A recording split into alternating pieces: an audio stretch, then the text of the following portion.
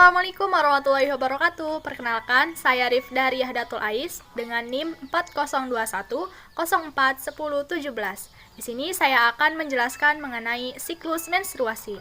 Selamat menyaksikan.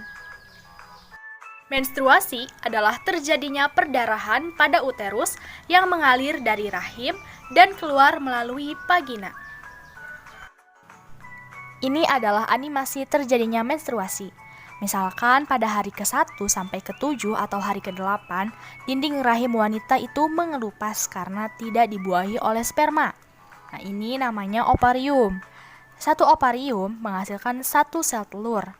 Nantinya, sel telur yang matang ini pada masa subur akan dilepaskan di hari ke-14. Nah, masa ovulasi, sel telurnya berjalan ke tuba Fallopi. Kemudian pada saat berjalan, bertemu dengan sel sperma, maka akan menjadi janin. Nah, janin tersebut akan jalan ke rahim. Nah, akan tetapi kalau misalkan tidak bertemu dengan sperma, maka sel telur tersebut akan menempel di rahim dan secara otomatis endometriumnya akan menebal di hari ke-20. Kemudian akan luruh sampai ke hari 28. Karena sudah saking tebalnya si endometriumnya ini, maka akan kembali lagi ke fase awal, fase menstruasi. Selanjutnya ada grafik siklus menstruasi. Yang pertama ada fase praovulasi atau fase folikular. Jadi pada fase ini, hari ke-1 sampai hari ke-7, wanita mengalami atau dalam keadaan menstruasi. Nah, pada fase ini juga, kelenjar pituitari menghasilkan FSH atau Follicle Stimulating Hormone untuk pematangan folikel di indung telur. FSH ini memicu pengeluaran hormon estrogen. Karena hormon estrogen banyak keluar, maka LH atau luteinizing hormone itu meningkat drastis pada fase praovulasi atau fase folikular. Selanjutnya ada ovulasi atau masa subur.